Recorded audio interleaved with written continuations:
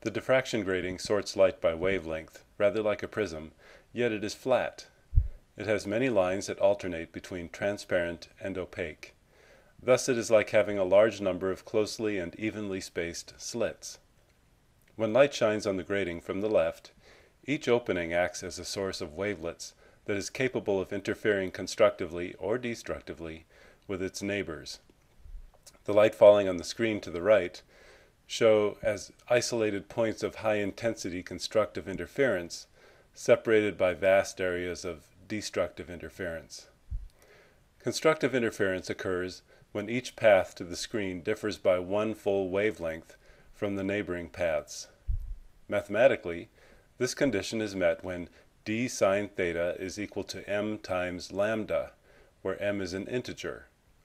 Since the spacing d is small, 1/750,000th of a meter, the angles for constructive interference are quite large.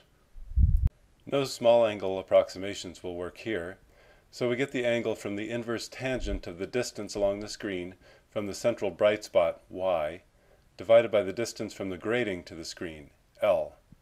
Knowing y, L, and d allows us to determine the wavelength of the light, lambda. This picture shows the laser light striking the grating. If you mark the central bright spot and the two first-order maxima on either side, you can measure y as half the distance separating the two side maxima. Remember that L is measured from the grating to the screen. We can use a CD as a type of reflection grating. The CD has pits arranged along spiraling grooves that are separated by a small distance d to be determined. When laser light is reflected from the surface of the CD, some reflected angles will give rise to constructive maxima in intensity, just as it did for the grating. Place the laser at a height such that its beam will strike the CD at a point where the grooves are oriented vertically. Place the screens where they will catch the reflected light. Stand the CD up using the slotted foam. Take some care to send the direct reflection straight back at the laser.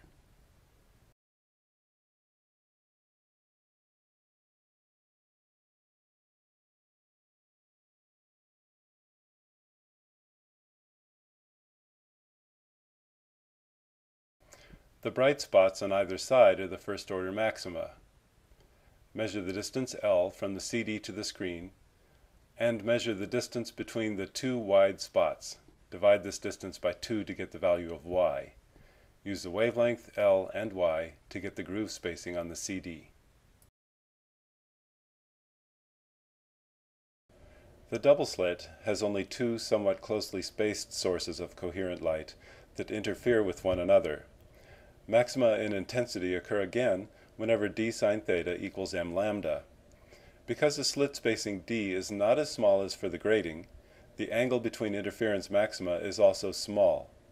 Now we can use the small angle approximation such that the sine of the angle is close to y over L. The wavelength lambda equals d times y divided by L.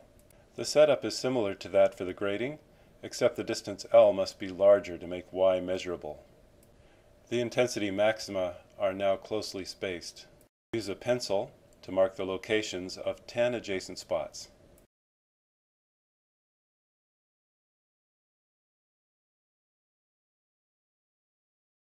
Measure the complete distance and divide by 10 to get y. Light passing through a single slit interferes with itself in a process called diffraction. Minima in the intensity pattern occur when there is destructive interference between sources separated by only half the slit width.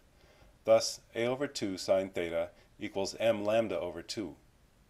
The 2's cancel and the angle is small, so we find that the slit width a is a product of lambda times L divided by y. We set it up as for the double slit, with L quite large. Locate the two dark spots on either side of the central bright spot. From y, L, and the wavelength of the laser, determine the slit size, A. When light shines through a circular aperture, a circular diffraction pattern of concentric rings is formed. The angle in radians of the center bright circle is given by 1.22 times the wavelength divided by the diameter of the aperture. A similar diffraction pattern emerges when light strikes a collection of randomly placed circular obstacles. We will place lycopodium spores on a microscope slide and shine a laser through. The angle is found from the ratio of the radius of the bright spot r divided by L. Knowing the wavelength of the light, we can determine the diameter of the tiny spores. Dip the slide into the powder to give it a light coating of spores. Place the slide in the slotted foam. Shine the laser through the powder, and the diffraction pattern is viewed on the distant screen.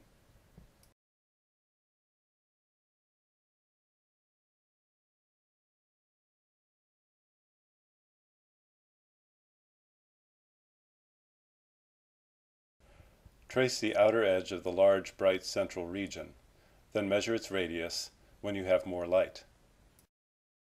In 1923, Louis de Broglie hypothesized that electrons travel as waves with a wavelength given by h divided by momentum. In this experiment, an electron beam will be aimed at a graphite crystal, which will act as a diffraction grating for the electron beam. The diffraction will appear as circular rings of interference maxima on a fluorescent screen. The speed of the electrons in the beam is determined by the accelerating voltage, capital V, on the electron gun.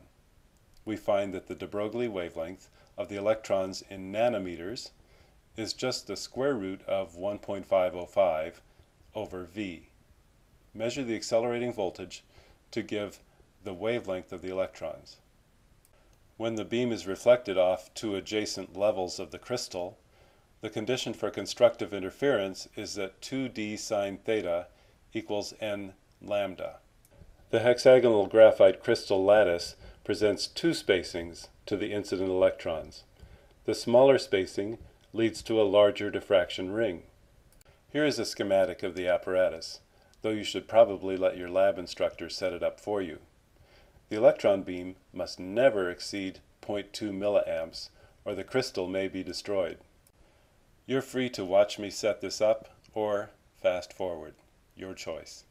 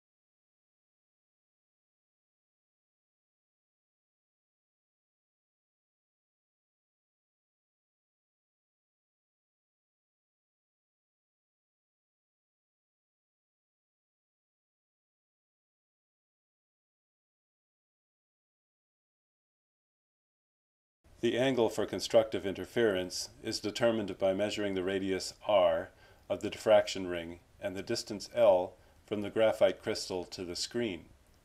Because this is a reflected beam, it suffers a reflection of 2 theta. You may just use a ruler to measure the radius of the outermost ring. Using the outermost ring will give you the smaller of the two spacings in the graphite crystal. Using this technique, you'll have measured a size comparable to the size of a single atom.